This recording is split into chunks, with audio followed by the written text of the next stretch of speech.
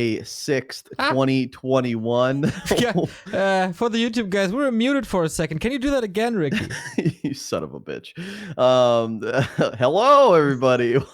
Let's just restart. You fucking suck. No. Let's go. People should see what we do here. How messy this can be. Yes, of course, we're good.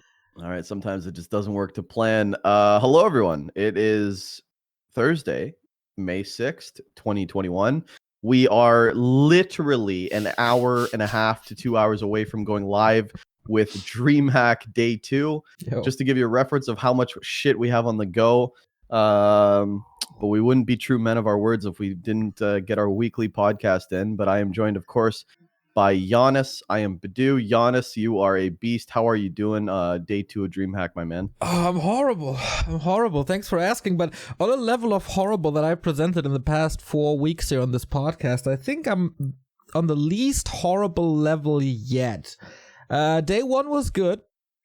I think I gotta tell people how stressful Dreamhack is for me compared to a normal Back2Warcraft broadcast, to just show why I was so stressed. The production, of course, I'm still doing it from home. This is just next level stuff. We do so much more while producing that it's like a different kind of job. But everything went fine for day 1. That made me really, really happy.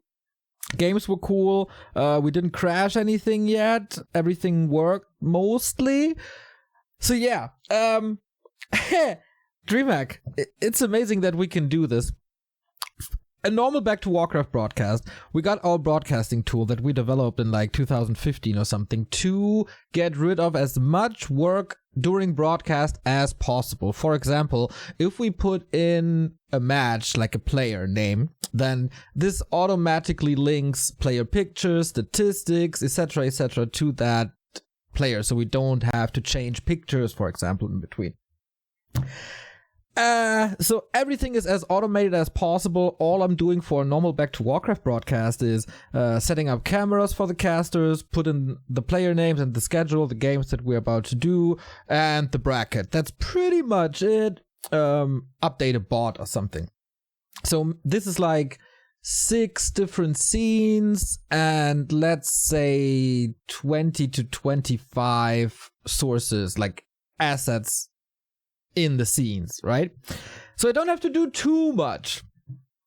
Dreamhack, everything is a little bit extra, you know? There is, of course, one broadcast setting for Europe and America, so everything is already double because I gotta switch Remo and Todd for you and Carson, and we got stuff like a lot more bumpers. We have stuff like player intros, victories, scenes, and player cameras.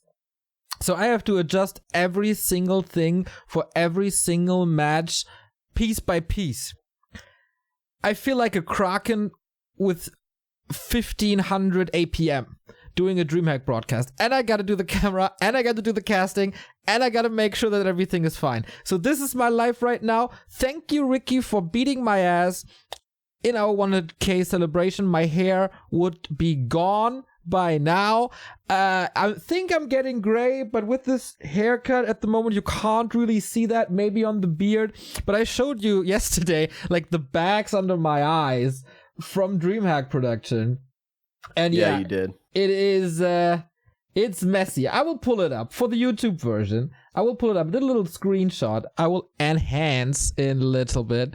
This was yesterday prior to the first broadcast. And of course, this is the most stressful thing for me because I don't really know if everything is working. We actually have a new system for all the camera things. We came up with that on the fly. So these were the backs under my eyes yesterday. It's like deep shadows. Like nothing but shadows in my face. But thanks to the technology we got, we can kind of get rid of it for the most part. But yeah, oh boy, those were stressful times. Now I went on a monologue. Jesus, I'm doing a Bidoux monologue here. No, that's totally fine, man. That's totally fine. I agree. Like, it's crazy the amount of pressure. Like, you're used to it, but it's also not fair to just say, well, you're used to it. because it is a tremendous amount of work. And everyone's relying on you. It's not like people think Dreamhack and they think there's a giant production behind everything that's going on the screen. It's really not. It's just you, man. It's just you. You're running everything. You're running transitions. You're also hosting the show. Honestly, man, I think you'd make a great tournament host. I think so. I don't know. I do.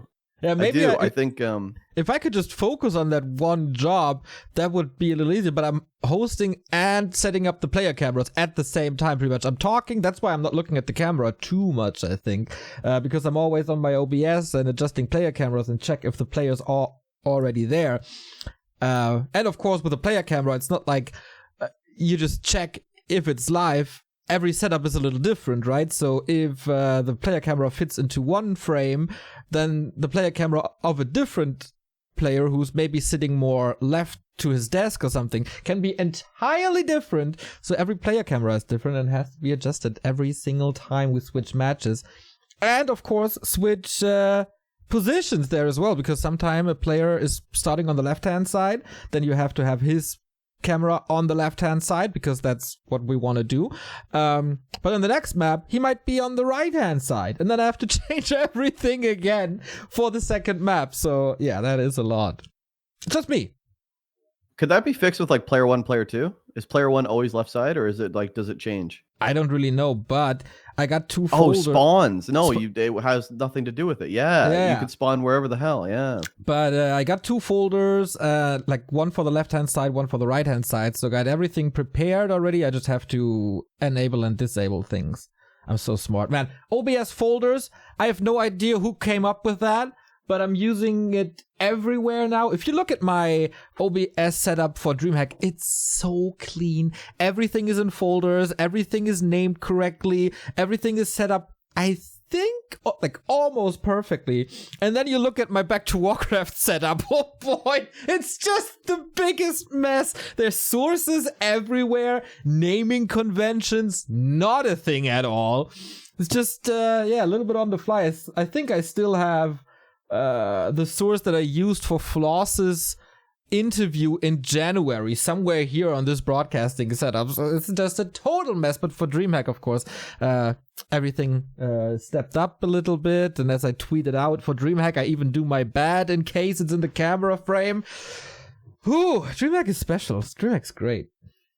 I really like the implementation of player cams now, but why do some players not have them? And I thought there were repercussions, right? Yesterday, Hunter didn't use his, literally told the admin it's somewhere in my house and I don't have time to look for it. Like I thought this shit was mandatory. I want to see it.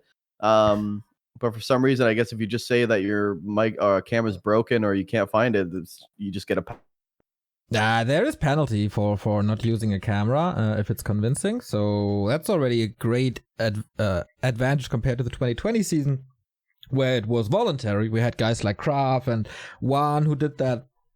That was amazing. But now we even have Happy and Hawk and Foggy, and we saw Dice for the first time ever.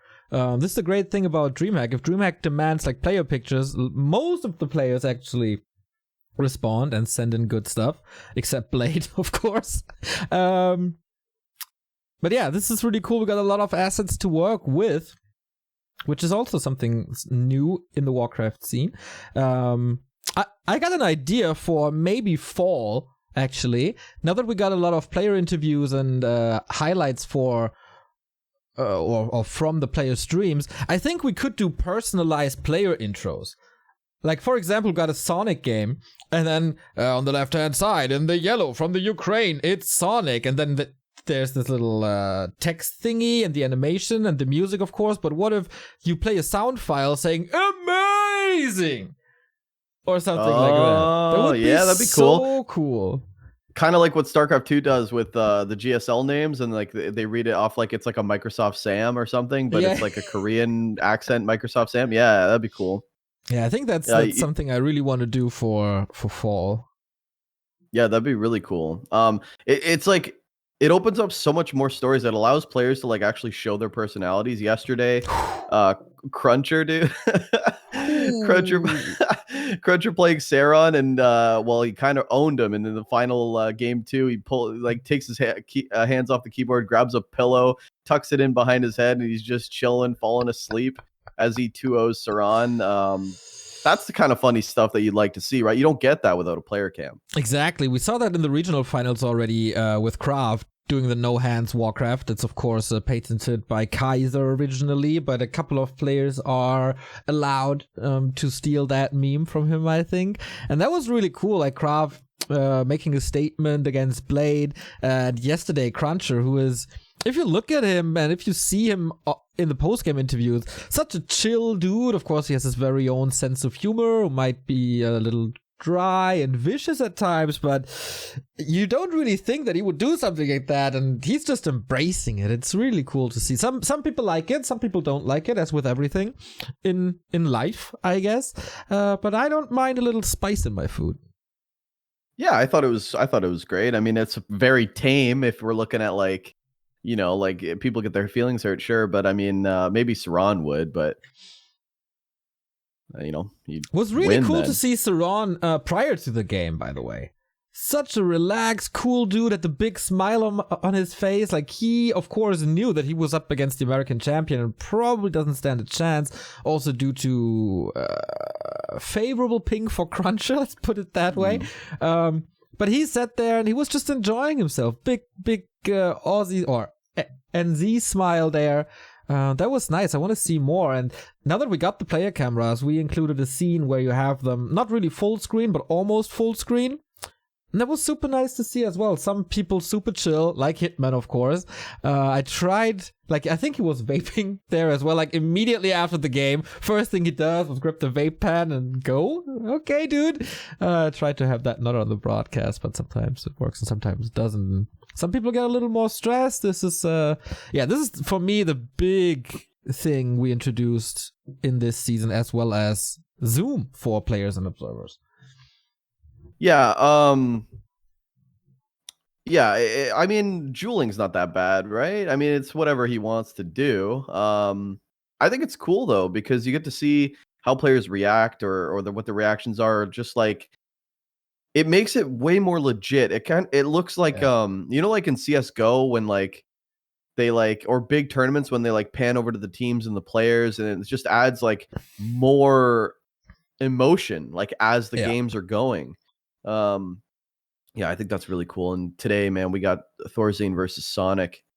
So many good games today, man. I'm so pumped. Yeah, I want to pick up on one game of yesterday before we go into today, and that was Starshape versus X-Lord, because that was the standout game, I think. Most of the favorites just prevailed. I think Starbuck disappointed a little DC had no chance against Foggy, etc. But Starshaped, he came into this session, he was already smiling from ear to ear when I saw his camera the first time. Him with this beach and sunset in the background. I was like, dude, this guy knows how to do a virtual camera, and he was smiling like, okay, this is me memeing a little. And then he changed his background for the camera to spiked barricades, reinforced defenses, orc towers, and on Tidehunters he built 35 towers. This was so cool. He came into this series probably knowing that, okay, this is X-Lord. I don't really have a chance if I play straight up. My mission is to put on a freaking show from moment one on. With the cameras, with the play style. For game 2 he switched it up, played a tower rush instead of 50 band riders. Starshape did it right. Yeah, I mean, that's he just, what does he do? He just plays whatever the balance says. So now he thinks Orc's OP, so he's Orc now. He used to be human back in the day, Night Elf, and then now Orc. I love that. It's like Infi if he picked a race. But yeah, Starshape's a really, really smart player. I think that's. Oh, I don't want to spoil anything. I can't actually say that. But Carson would get mad. But whoops. Okay. But might be a Theorycraft interview maybe. And I think that's an interesting mind to really get into, because I think he is a very, very smart player when he's not overly whining and bitching about balance. I do think like he's got a smart mind for it. Obviously, going into it, he just doesn't run into X-Lord and try to think that he could beat him. He tries to methodically do that, right? And even Thorzane in the interview with Carson on Theorycraft saying like Starshape's super smart, gets a lot of builds and insights from him. And coming from Thorzane, that's like pretty big accolade. So yeah. I didn't catch the games. He actually Mass Tower protoed like Bat Riders. Yeah. That's hilarious. Like That's there's so a funny. meme on Twitter right now. I don't know if you saw it. I posted it on our Twitter as well by Scud. Of course, he's cheering for all the Swedes and did a little meme here on Starshape. It's one of these when the brains get bigger memes. So it's like it's going from standard orc is the smallest, like it's the orc brain. Then a little bigger brain is Farseer, Shadowhunter, and Wyvern. Then the big brain is Raider Hit and Run. And it goes on, like losing all Raider into 80 bats. He literally played like so many Bat Riders. He had two groups of Bat Riders, one to the left-hand side, one to the right-hand side, and killed both expansions at the same time. Expand on opponents natural into more bats, and then in the end, losing all bats, make more bats instead of Wyvern, entertain everyone in Europe. That was clearly the hypest match, and it's all over Reddit now as well, this meme. If more players would be like Starshape, that would be great. Yeah, I think that's funny and entertaining. We've seen players do that too, right? Like we've seen Krav put on funny strats. Side is another one that comes to mind. Like you never know what he's gonna do. Really good strats. That's good to see. Thorzane too. I mean, if you see Pally Rifles, you're like, oh baby, here we go. Yeah, very entertaining. Yeah, you wanted to talk about today? In Europe, we got Krav and Neutron, we got Blade and Side in a rematch, we got Thorzane and Sonic in a rematch, and we got Vortex versus Johnny Cage, which is incredibly hyped. Yeah, I woke up a little bit early today, not only to do the podcast, but to catch some of these games. So I do want to watch some of these really good ones. Krav Neutron, very good. Thorzane Sonic, very good. Vortex Johnny Cage, like to end the day for Europe, that's a banger and a half. Blade Side's always close as well. Blade Side's always close. And in America, of course, we got Kiwi versus Insub for the third time in 2 weeks, as well as Deuce and Arc, which is going to be real cool and close, I guess. So, Ricky, I want to ask you something. There was this tweet by Warcraft 3 Jim. I don't know if you saw it, and it's kind of bad for the people who listen to the podcast, but during the interview with Hitman, you were popping off incredibly hard, and nobody really knew like why. There was no, like, for the viewer, there was no reason to like be happy or to get off. What happened there?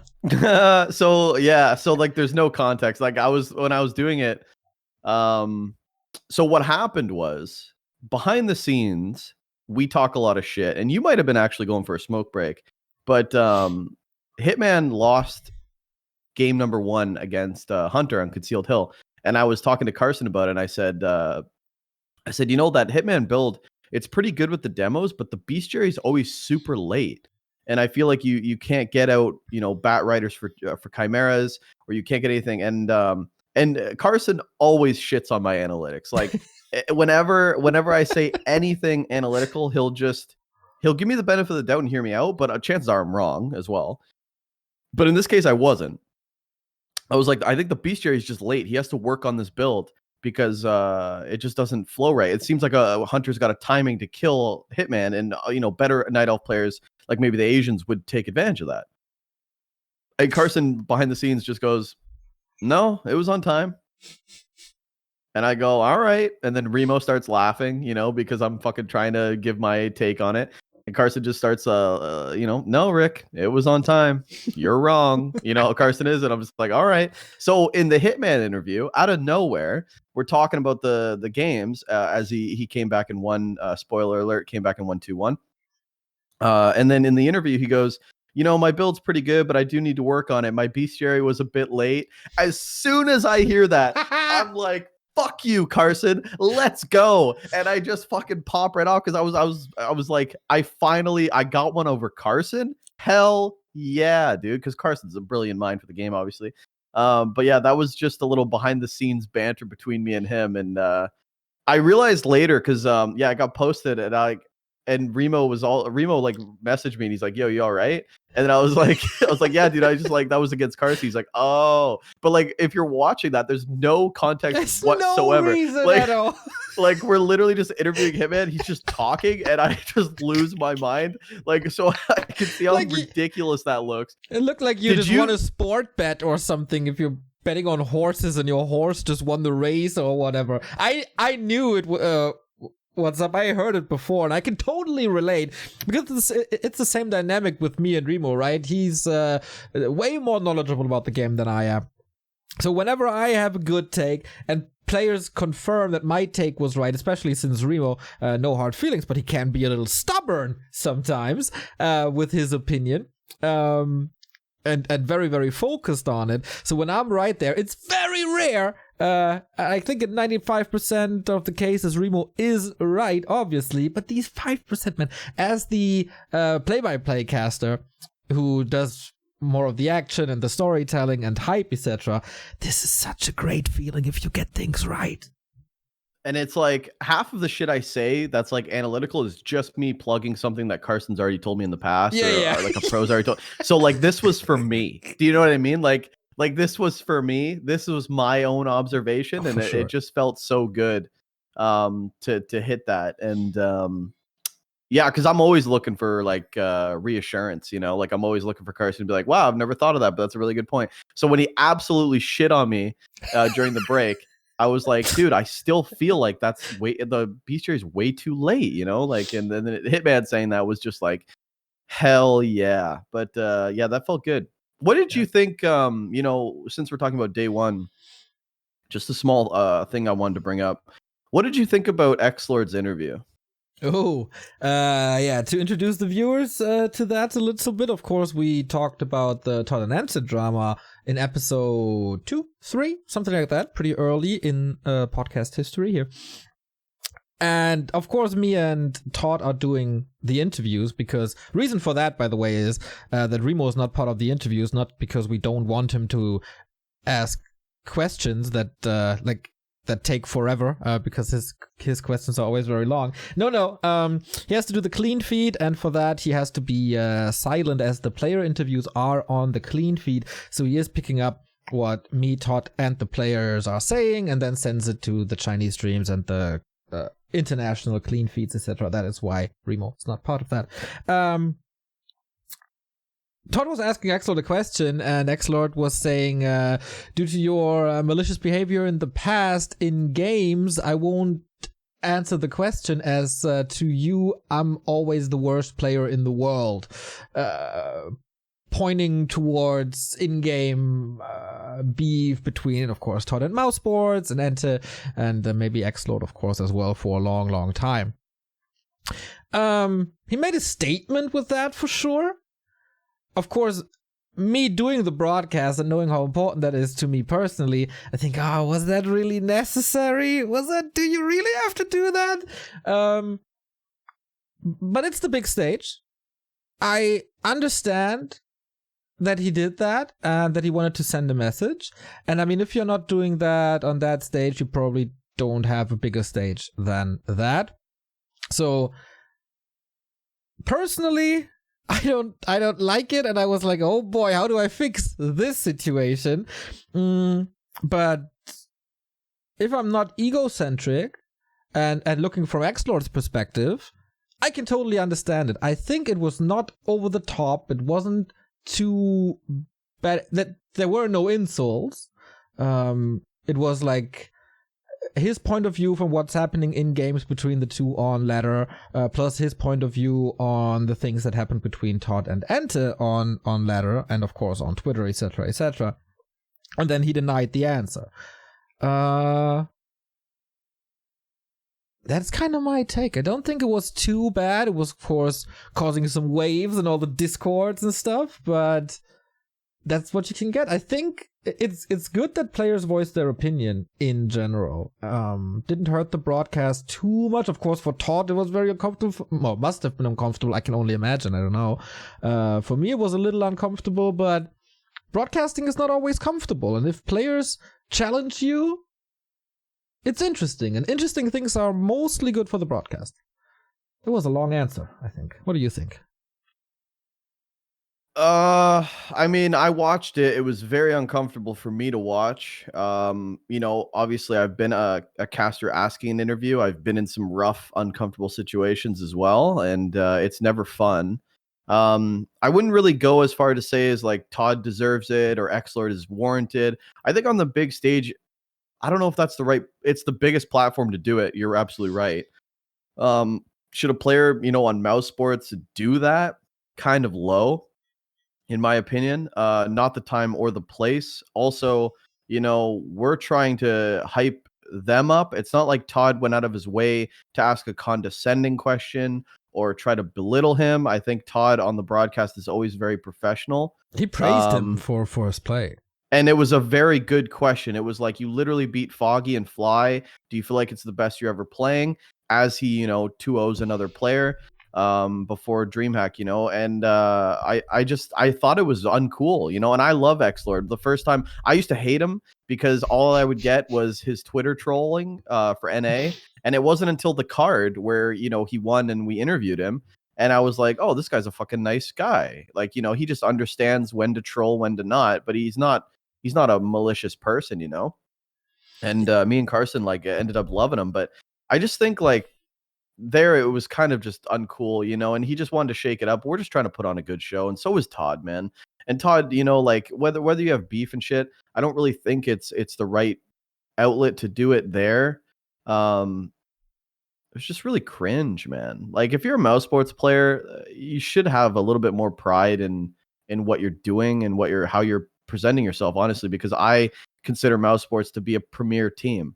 They're a premier org. There should be like a level of standard. That kind of low shit, like petty shit, should just be dropped.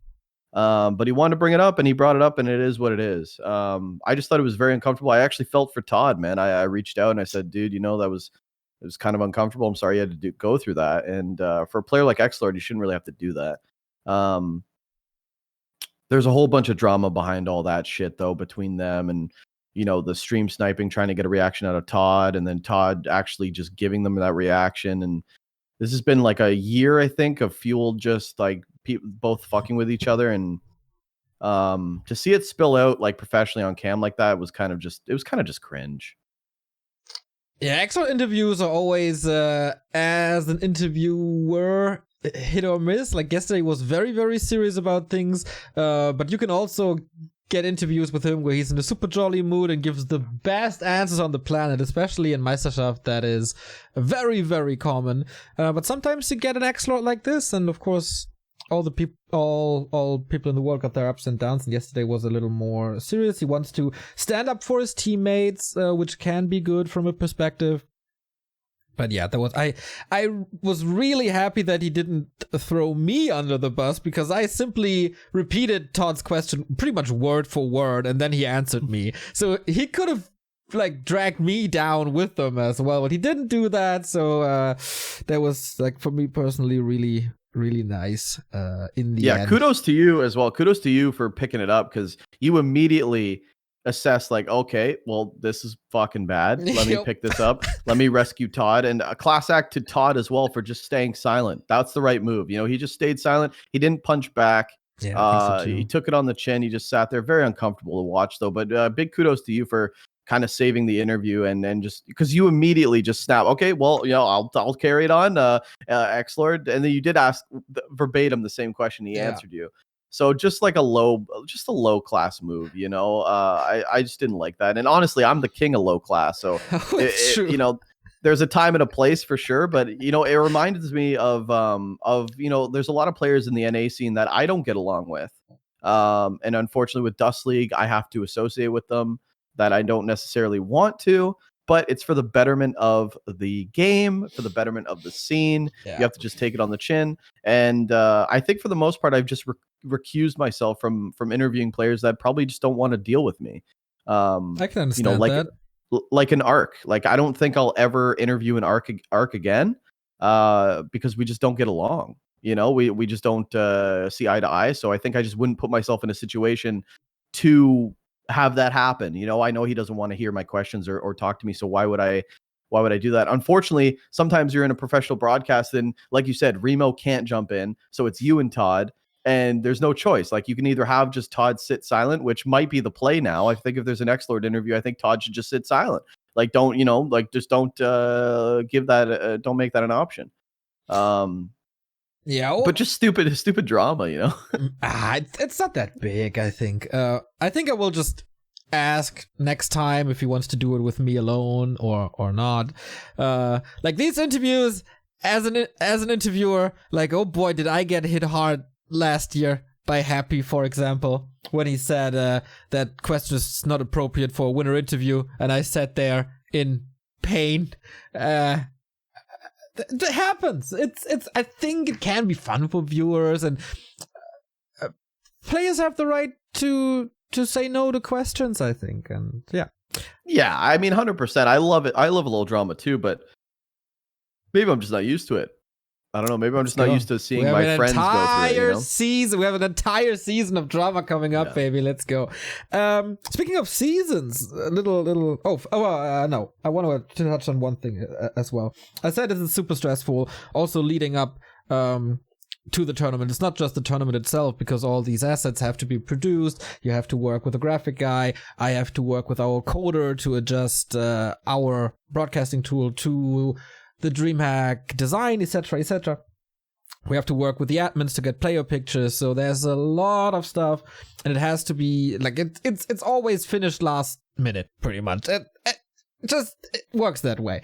So that was a lot of stress, but once the broadcast starts, or once you create the Discord group with all the casters and you check, hey, who wants to do what and how we do with this, and we have a little bit of a rundown, and you start the call and you hear the others, that's like sunset or something. It's like the sun is shining again. Everybody is super pumped for this. Our chemistry is, I think, really cool. Doesn't really matter if Europe or Americas or if we mix.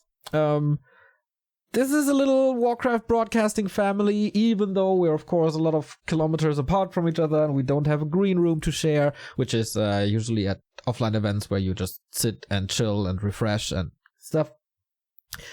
But yeah, I wouldn't have it any other way. It's really a very comfortable work environment, and that goes also to the Dreamhack project management. MMY is so awesome. Like, I think it was 2 days ago or just Wednesday. He answered a message of mine at 8 a.m. European time, and he answered a message of yours, I think, at 3:30 a.m. European time. So this guy is just not sleeping. He's just there for all of us. People are just awesome. Yeah, I definitely feel that sentiment. I look forward to the green room. Yesterday, not so much. You waited till like 3 minutes to go live before you like joined us in the call or something, like 6 minutes. I like my green room time, motherfucker. I like to shoot the shit. You were not in position for a green room talk because you had other business to do. What do you mean? You took a big dump prior to the broadcast. Yeah, I got to take a pregame dump. That's a Bidoux ritual. You got to get it out if you want to get in. That's what I always say.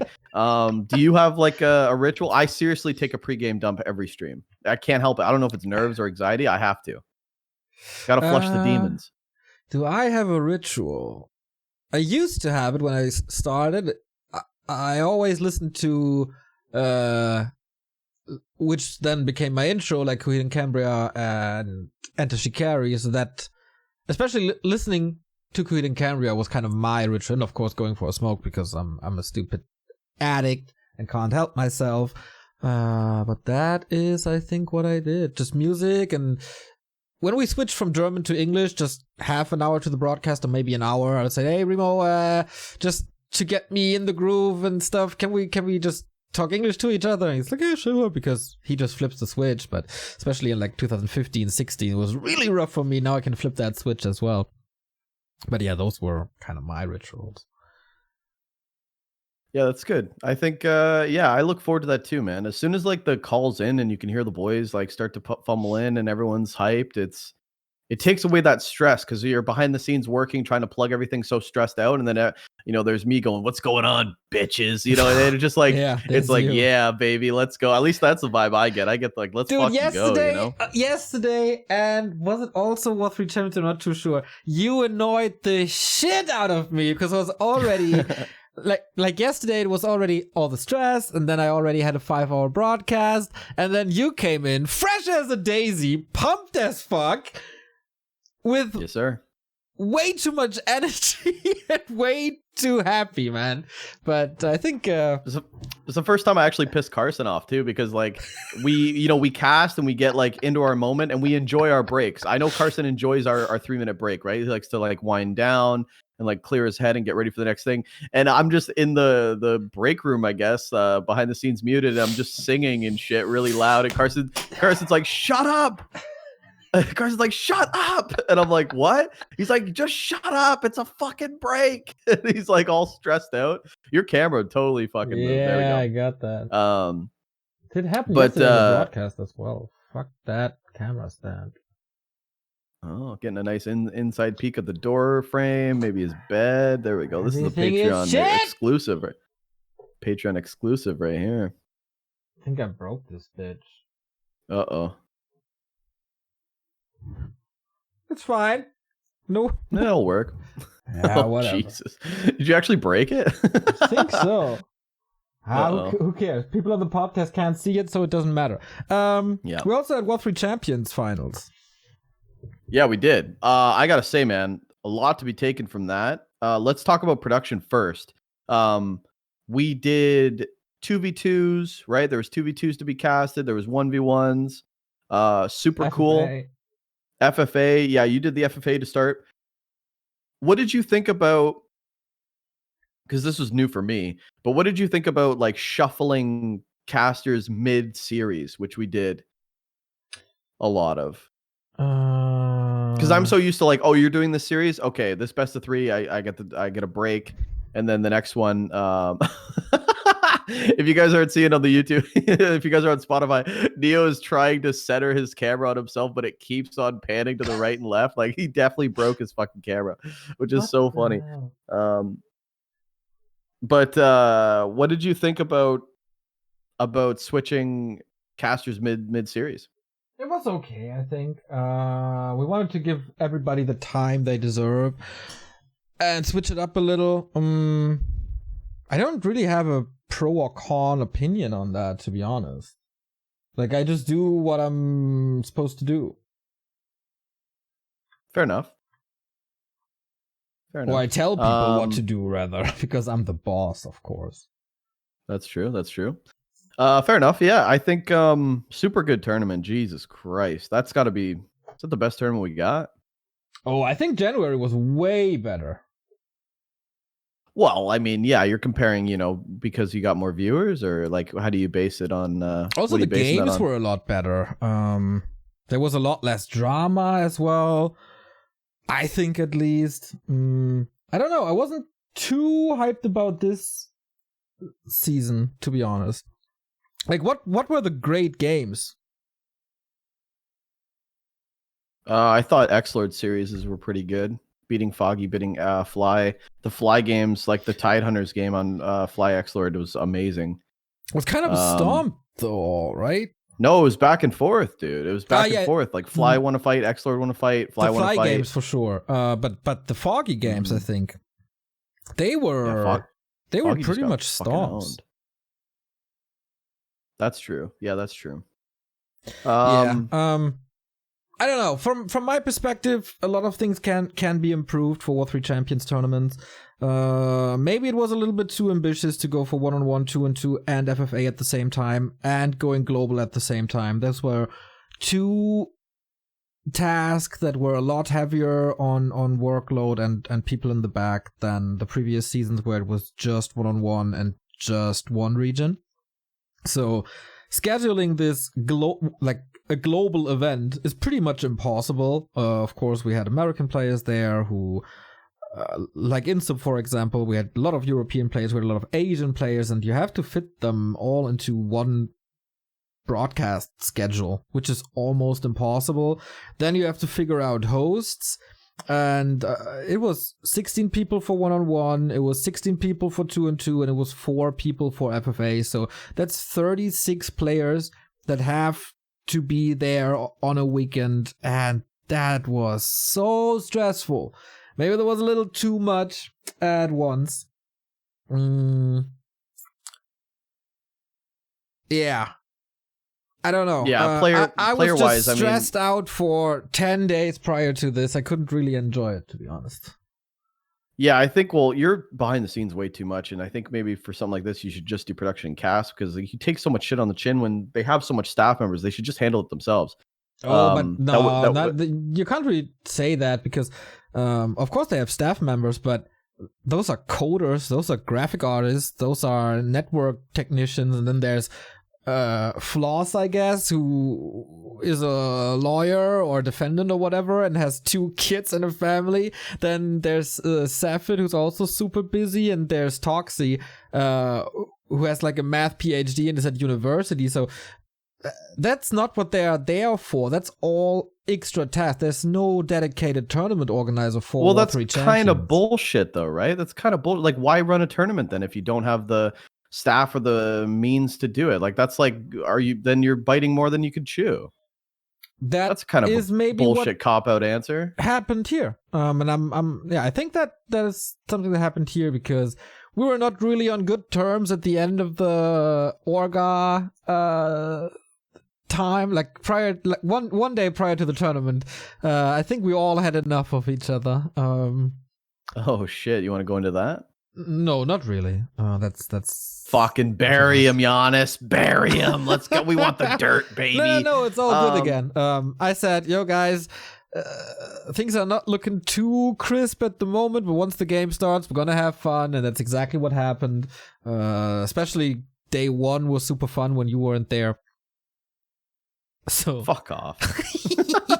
Yeah, I think I don't know. There's so much I took from this tournament, and like you said, they are just composed of developers and behind the scene dudes. They don't really have like TOs or anybody that knows what the fuck they're doing.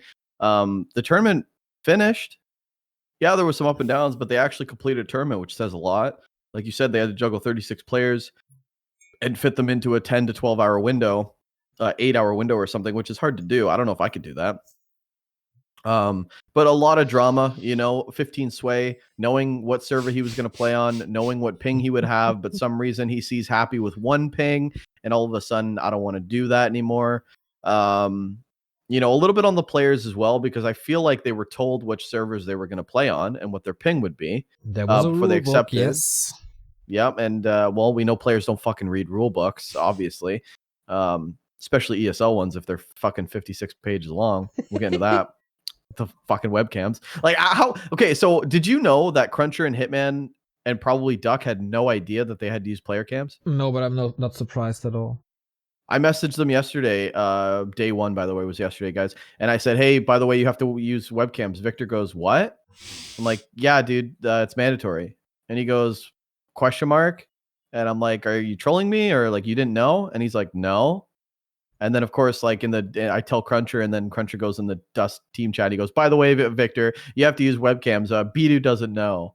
And I'm like, I did know, motherfucker. I told you, but they're trolling me. But yeah, no, they had no idea. I think, if ESL honestly expects people to read a 56-page rule book on their own, that's kind of ridiculous. They should just reach out and say, hey, by the way, we changed the rule. We're adding mandatory webcams, which, by the way, I don't think they can really do unless they dish them out. Like, unless you're gonna don't give them ideas. I mean, we're in 2021. People have phones.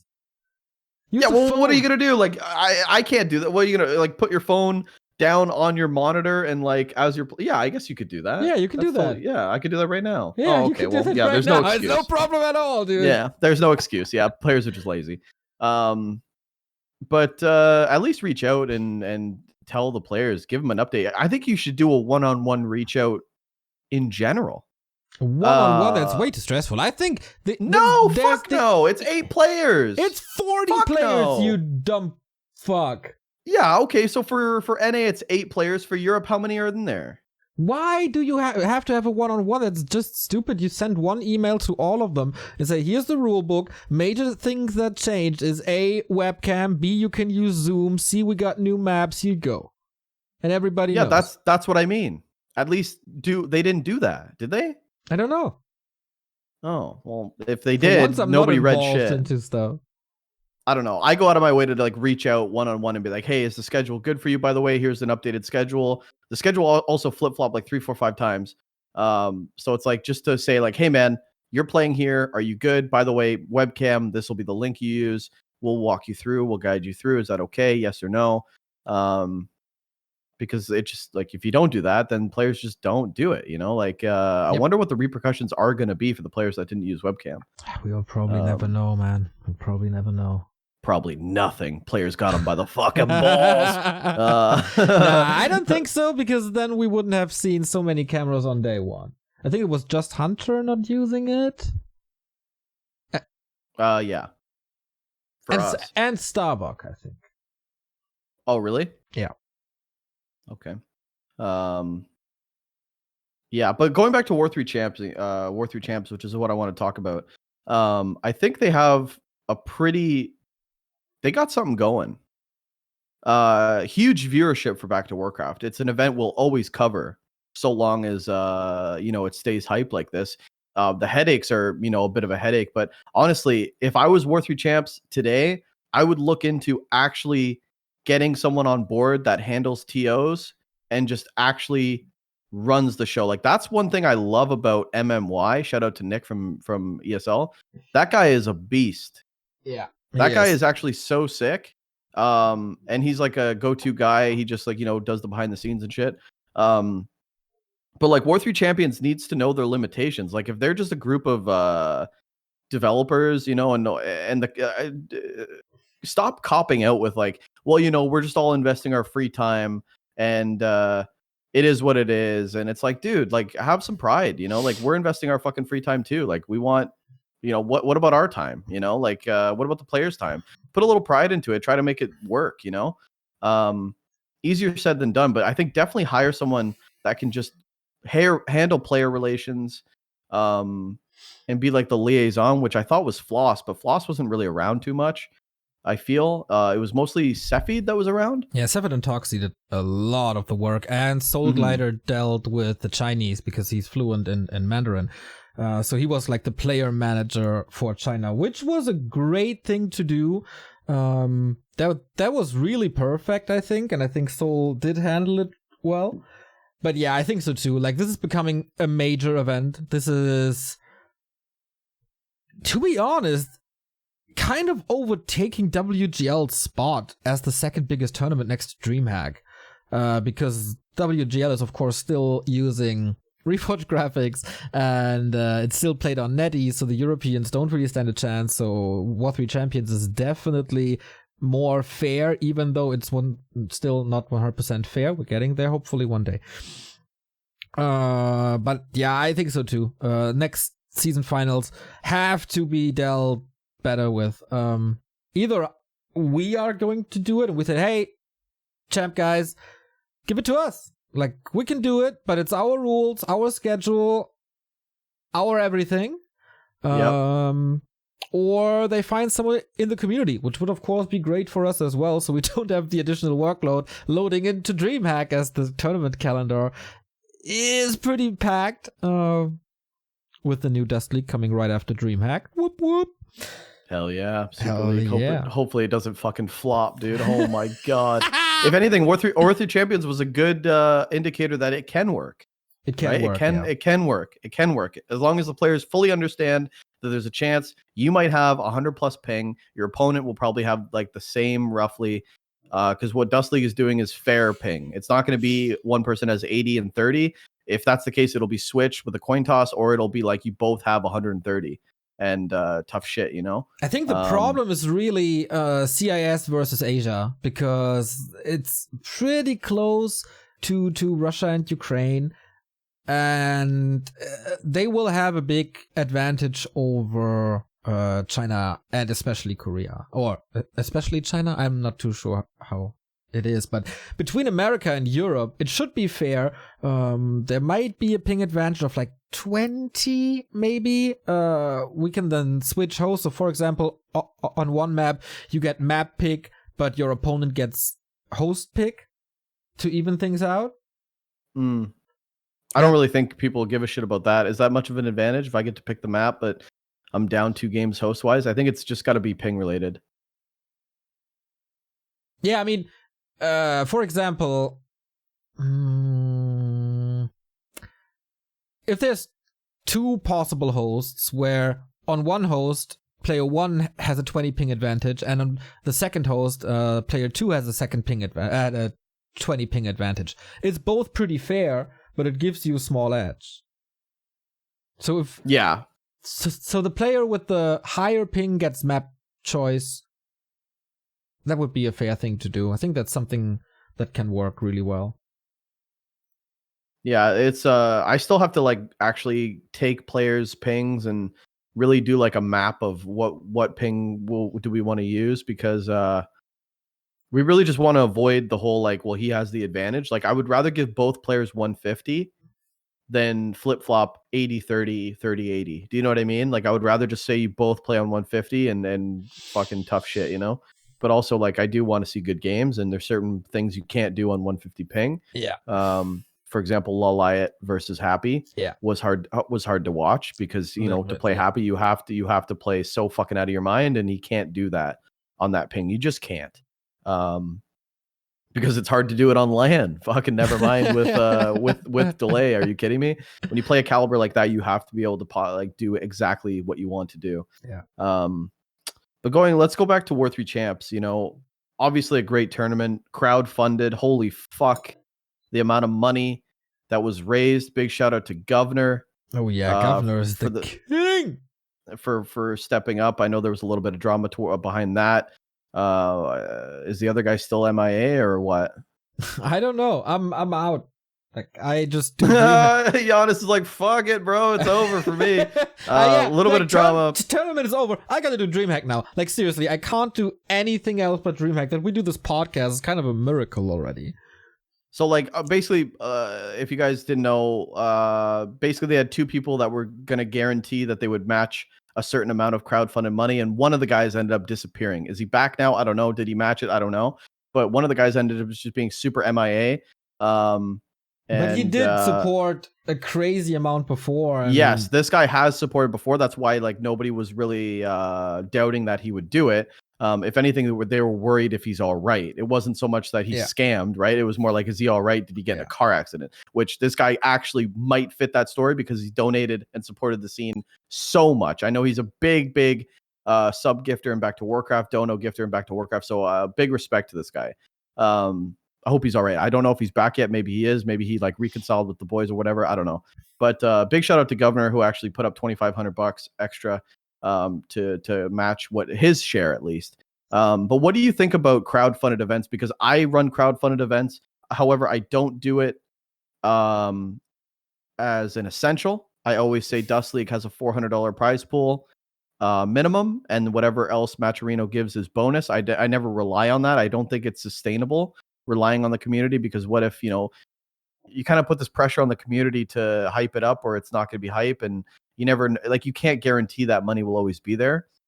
It's a very slippery slope. However, this community is so fucking strong to raise that amount of money, and everyone's so hyped, and the viewership is there. I mean, we have good matches out all the time on Back2Warcraft, but for some reason, when War3Champions is on, it's doubled, which is fucking incredible, man.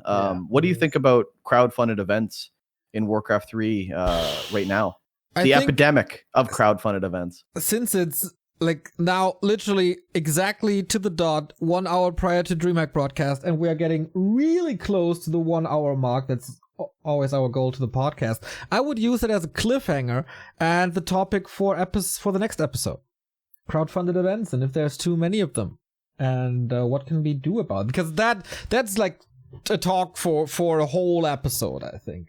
Yeah, that's true. I don't think we can fit that in 5 minutes. Exactly. So we do have one question by Want2, and of course we're going to deal with the Q&A here all the time.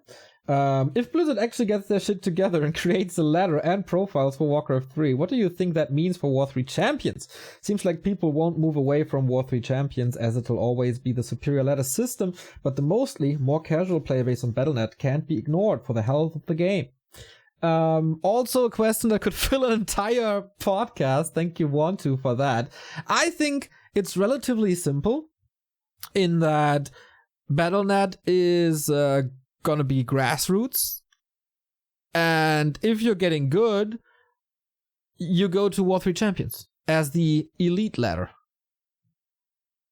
So the truth is, Blizzard will never be able to catch up to War3Champions. They work too slow and they work too stupid. Meaning, when they do have a ladder, if ever, their idea of we fixed it will be adding 2 servers, maybe max. Right now we have West, Europe, and Korea. What they might do is add East, Oceanic, and fucking some Russian server, and then they'll be like, there, it's fixed. But we're still gonna have, like, look at the problems we have with War3Champions with the variety of hosts. We still have tons of problems. Yeah. Blizzard's not gonna fix that. People will ladder on it maybe when they can't find War3Champions, but War3Champions will always be the hub. The good thing, however, is if Blizzard does implement a ladder with better servers, we can fucking pull those players over to War3Champions because we now have an outlet to fucking check the stats. Who's banging on BNet that doesn't necessarily know what War3Champions is? That's going to be the play. We're just going to leech off of that and bring them over and siphon all the players that we don't know exist yet. Yeah. Like another Dice, there could be another 18 to 21-year-old kid that's loving the game right now, pogging out, but there's no way to track them. That'll be the play. But is Blizzard ever going to catch up to War3Champions? Fuck no, dude. They lost. They fucking lost. And are they ever going to invite War3Champions into the tent? No. So it's just going to be us. It's just going to be War3Champs in the community for the rest of the time. Yeah. Yeah, I think that's pretty much my opinion as well. Like, we should always maintain War3Champions, let alone for the fact that what if they decide to shut down the servers at one point? For whatever reason, you can never be sure with Blizzard these days, right? So I said this even before Reforged was announced. We have to stay independent because that's where we are the strongest as a community, as a DIY community. That's what we were for the majority of the lifespan of this game, and this is what we are, and this is what we will be. And I think that's super duper cool because we can be so proud of what we accomplished all together. We can do it. We can bring in sponsors. We can keep the lights on together as a community. I totally feel it. The numbers are there for Warcraft 3. You can do it Warcraft, if you really want. Seriously, and that's a cliffhanger for next podcast too, because I definitely want to talk about the marketing aspect of the game and what certain TOs and stuff can do. So we'll bring that up next week for sure. Yeah. Great question by Want2 though. That's a really good question, but I really don't think Blizzard can compete right now. I think they've lost. We win because we have so many amazing Patreons, Ricky, and the best, of course, the Mr. Number One, the MVP, the Golden Goat, Knubbequakes. Thank you so much for your incredible support since the beginning of this Patreon. Same goes for all the people in the Midas tier. That is 50 euros a month and more. That is Toxie, that is Taggy, that is Nem, that is Save Orcas, and that is Ascription. Looking forward to the next coaching, my man. Glad to see you doing well and see you so happy after ESL Meisterschaft. And of course that goes for the Prophet tier. That is Don Dolare, Jay Getz, and N Padrud. You guys are really, really cool. Thank you for allowing us to do what we love and what we want to do, and not canceling your Patreon subscription. That's pretty amazing. Ricky, people, leechers, freeloaders might be thinking, what the hell are they talking about? What's this Patreon? Yeah, we have a Patreon now. A lot of good perks. Big key to that I was going to bring up. When this episode comes out, it'll be on the 14th, a week after. Unless you're a patron, you get it tomorrow, which is the 7th. So you get a quick access week pass to check out the podcast that we do. There's coaching. There's priority Q&A. There's priority Theorycraft replay analysis. So if you send a replay to Carson and you're a Patreon, he will do your replays first. There's priority coaching, one-on-one 45-minute sessions with Remo or Carson, a one-on-one in-depth video call with your boy, ponytail on or off. It's whatever you prefer Remo to be dressed as. Assless chaps, he'll do whatever you want. But a lot of good perks for this, and you support Back2Warcraft, and we appreciate it, man, because we just want to keep doing what we're doing, and it's a good way to support us. You don't have to support us, however, but if you feel generous and you feel you want to help out, that's great. And it's not like you're doing it and getting nothing out of it. There's a lot of stuff that we're doing. Another big thing that we're doing probably in the middle of the month will be our in-house, and I can actually tell you what that's about because we've done one already. Had a lot of fun. We had like 8 people show up. We did 4v4. We did what's that fucking game again? Uther Party. We did Uther Party, but what's the other one? Takeshi's Car. No, Weakest Link. Yeah, we did the Weakest Link where you have to like guess that sound, game sound, and stuff like that. 4v4, like I said, Uther Party. It's just a lot of fun. We're just hanging out for 2-3 hours, shooting the shit. It was such a good time, man. Some of the patrons are so chill. Scription was there. Nubaquakes was there in the flesh. Got to hear his voice. It was so dope. But yeah, something else to do if you're feeling it. So if you're feeling, by the time you read this, if you're not a patron, it'll be the 14th. We'll probably be doing our in-house like later on that week. So sign up today. Come and hang out. On the Patreon, we'll tell you what channel to meet. We'll be in there in a voice chat. Come hang out, get your mic, get your mouse and keyboard, and try to beat my ass. Bet you can't do it. I tried, I can tell you that. Of course, if you want to support us, but not necessarily financially, there's plenty of ways, especially when you're listening to the podcast. Just subscribe to the podcast, give it a good rating, give it a thumbs up, give it the 5 stars, leave us a comment. We're, of course, reading that. That goes for pretty much everything. If you see us on socials, if you see us on YouTube, leave a heart, subscribe, ring the bell. That all helps to support the product and the team and the reach and make more people aware of that. So every single interaction on socials, on YouTube, on podcast platforms helps us a lot. So that would be really, really cool. You can also, of course, create 70 accounts and just do that with all 70 accounts if you have a little bit of spare time. We have no spare time at all. We are getting into the Dreamhack broadcast. Was super chill, Ricky. Thank you very much, and see you next week. See ya, man. Have fun, and I'll see you later tonight for America Day 2.